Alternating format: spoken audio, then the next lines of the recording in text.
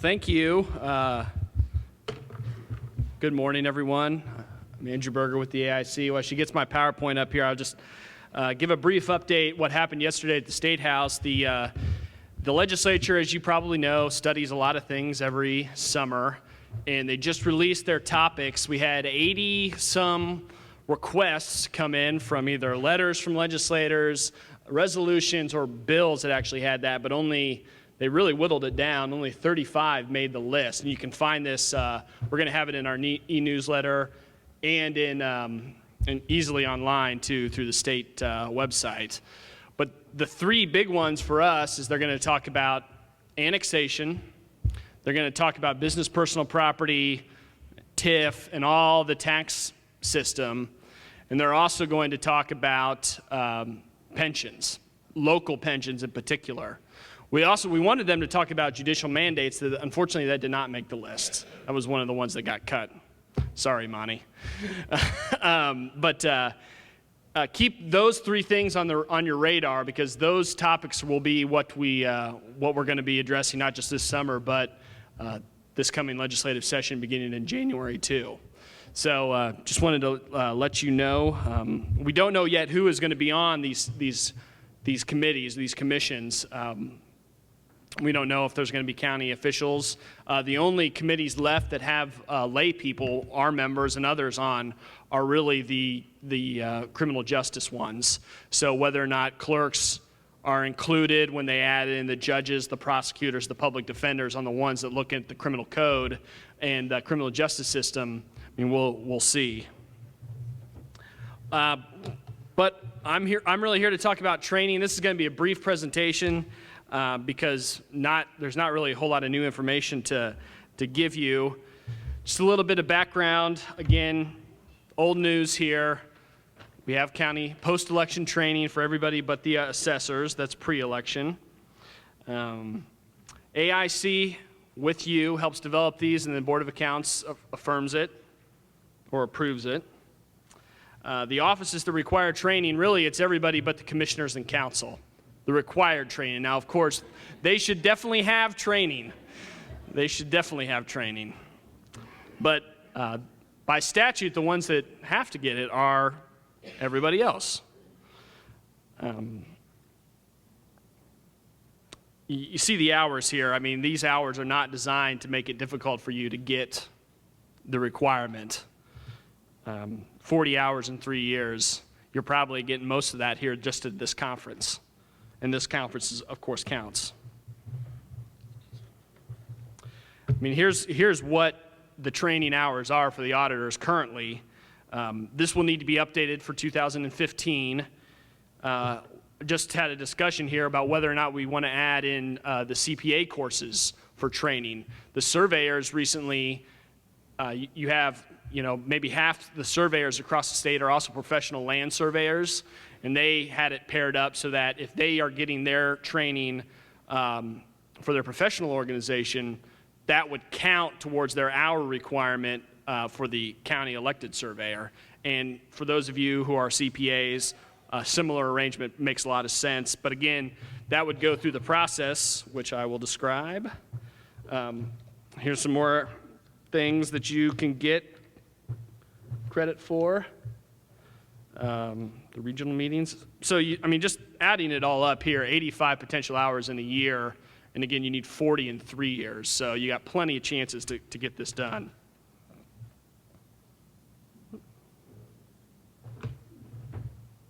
Okay.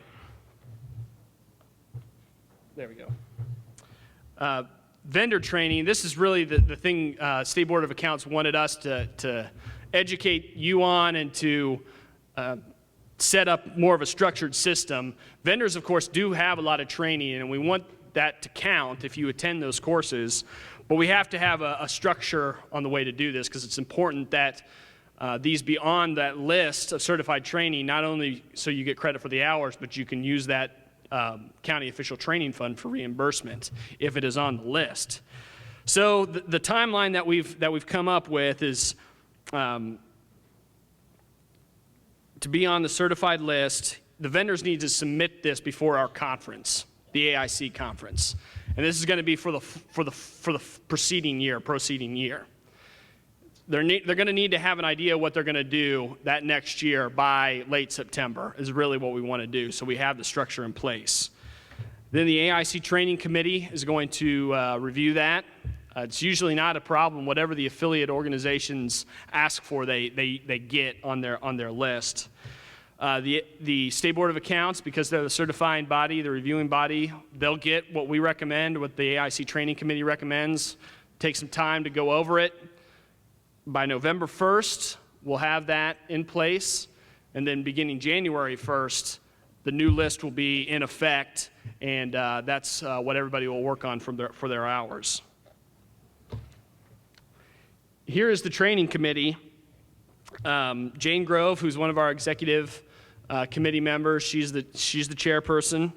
The auditors, we just had to appoint somebody new. It was Pam Coleman, but she's no longer a county auditor. So we've asked Connie Berger from Perry County, no relation, to do this for us, and she's agreed to. So when we have our conference call, she'll be your representative to help be sure that the auditors are involved. When we do our breakout sessions for conference, this is where this is also something the training committee does. We try to set it up so that all the offices have something that they'd be interested in. And really the people who come and say, hey, there's nothing on here for the auditor's list, though there typically is because you guys deal with taxes and there's always a bunch of tax stuff, that they help us develop a good curriculum for our annual conference. But you can see, even though they don't have to do the training, the Council of Commissioners, they are on here as well.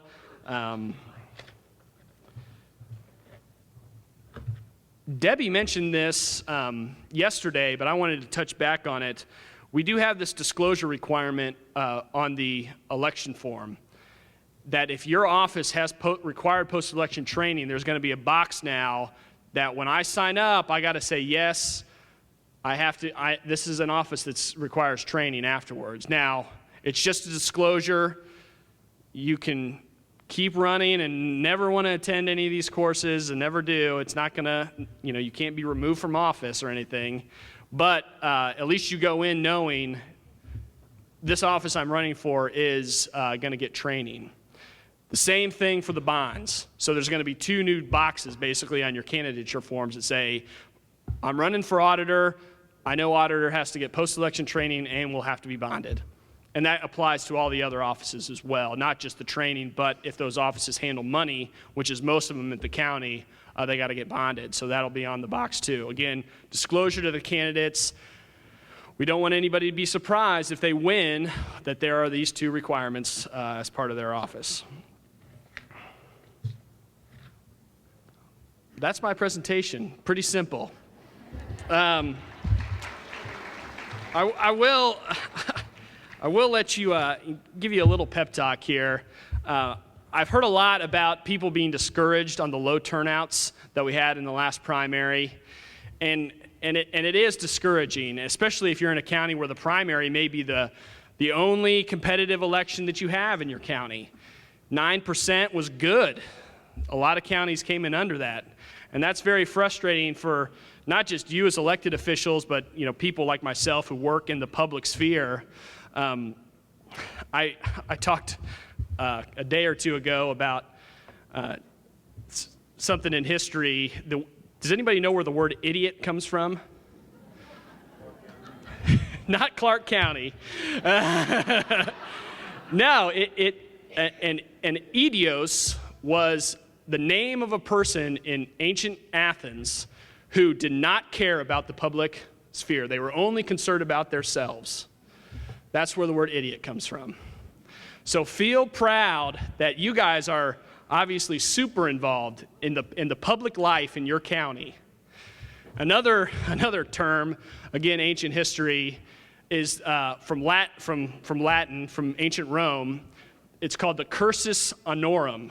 It was the circuit of honor, and the leading individuals in the city of Rome would go through the circuit of offices in their public life, and it was a very honorable thing to do. And that's what you're doing in your counties. Many of you have sat in many offices. So if you get criticized for being an office jumper, obviously somebody can always run against you, but it's an honorable thing what you guys are doing. And be affirmed in that and be proud of yourself. And I want to say thank you for doing that in your communities, because what you're doing is very important. You know, we've got the Democratic and the Republican parties, but it's really we're all little d Democrats and little r Republicans. We have our democratic institutions, and we are members of a very important republic in this country. This country is a very important republic in this world.